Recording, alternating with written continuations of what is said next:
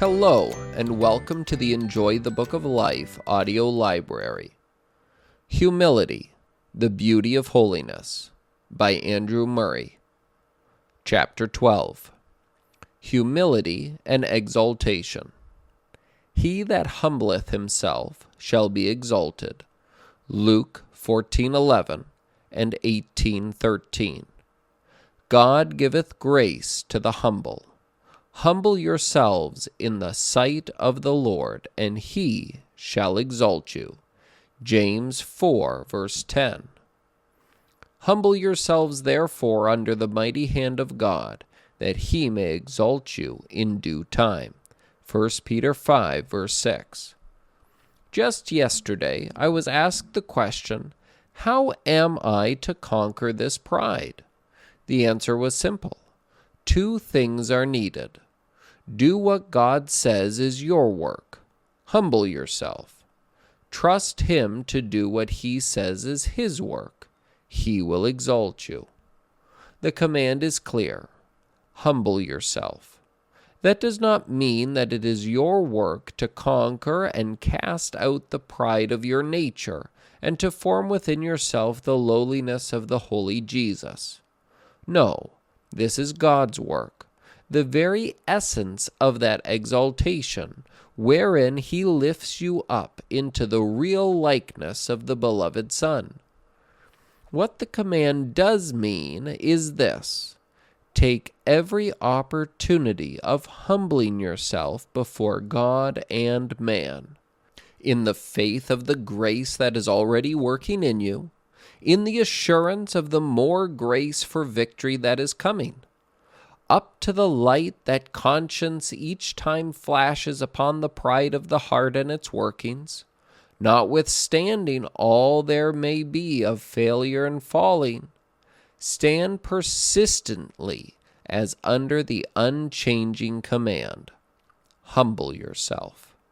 Accept with gratitude everything that God allows from within or without, from friend or enemy, in nature or in grace, to remind you of your need of humbling and to help you to it. Reckon humility to be indeed the mother virtue, your very first duty before God, the one perpetual safeguard of the soul, and set your heart upon it as the source of all blessing. The promise is divine and sure. He that humbleth himself shall be exalted. See that you do the one thing God asks. Humble yourself. God will see that he does the one thing he has promised. He will give more grace. He will exalt you in due time. All God's dealings with man are characterized by two stages. There is the time of preparation, when command and promise, with the mingled experience of effort and impotence, of failure and partial success, with the holy expectancy of something better which these waken, train, and discipline men for a higher stage. Then comes the time of fulfillment, when faith inherits the promise and enjoys what it had so often struggled for in vain. This law holds good in every part of the Christian life and in the pursuit of every separate virtue, and that because it is grounded in the very nature of things. In all that concerns our redemption, God must needs take the initiative. When that has been done, man's turn comes. In the effort after obedience and attainment, he must learn to know his impotence, in self-despair to die to himself, and so be fitted voluntarily and intelligently to receive from God the end, the completion of that of which he had accepted the beginning in ignorance. So God, who had been the beginning, ere man rightly knew him, or fully understood what his promise was, is longed for and welcomed as the end, as the all in all. It is even thus, too, in the pursuit of humility. To every Christian the command comes from the throne of God himself. Humble yourself. The earnest attempt to listen and obey will be rewarded, yes, rewarded, with the painful discovery of two things. The one, what depth of pride, that is, of unwillingness to count oneself and to be counted nothing, to submit absolutely to God, there was, that one never knew. The other, what utter impotence there is in all our efforts and in all our prayers too for God's help, to destroy the hideous monster. Blessed the man who now learns to put his hope in God and to persevere, notwithstanding all the power of pride within him, in acts of humiliation before God and men. We know the law of human nature.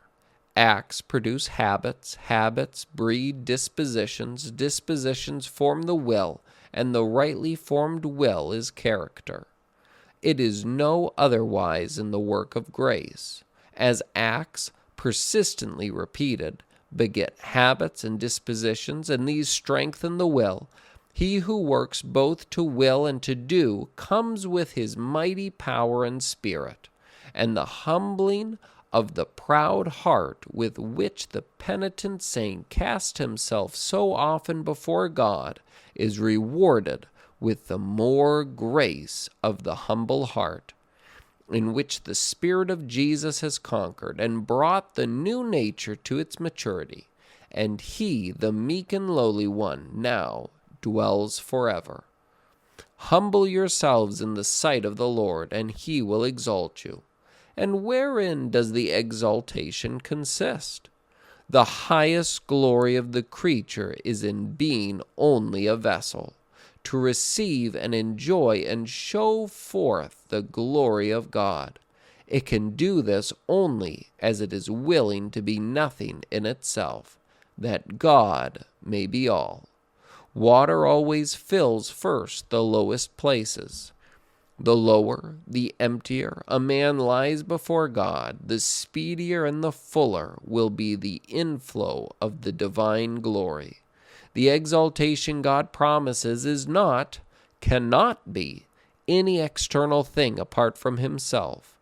All that he has to give or can give is only more of himself, himself to take more complete possession.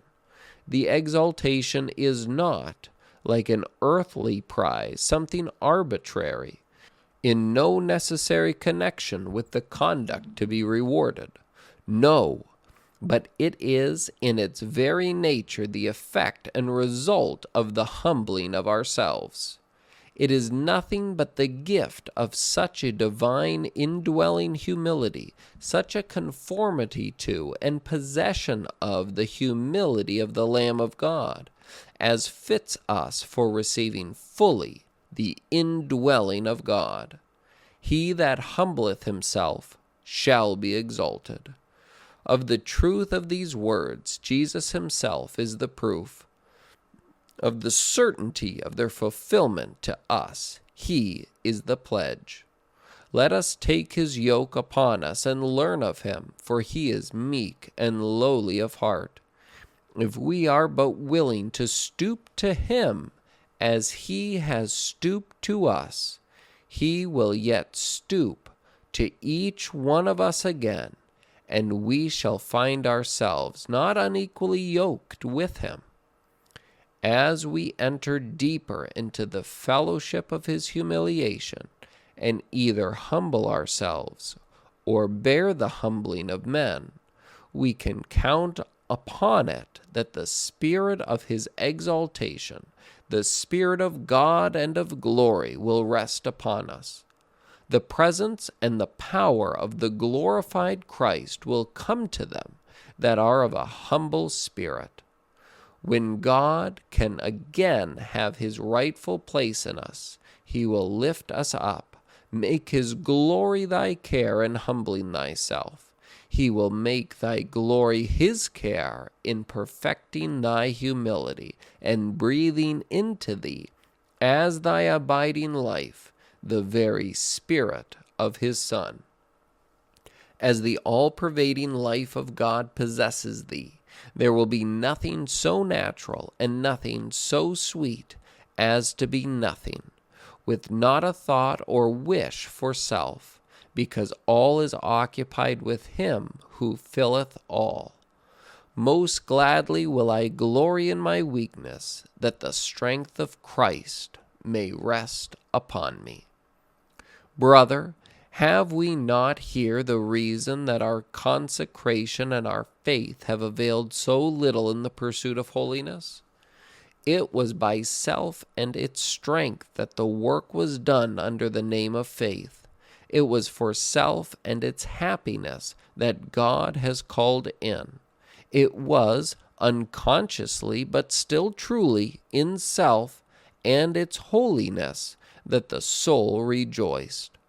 We never knew that humility, absolute, abiding, Christ-like humility and self-effacement, pervading and marking our whole life with God and man, was the most essential element of the life of the holiness we sought for. It is only in the possession of God that I lose myself, as it is in the height and breadth and glory of the sunshine that the littleness of the mote playing in its beams is seen.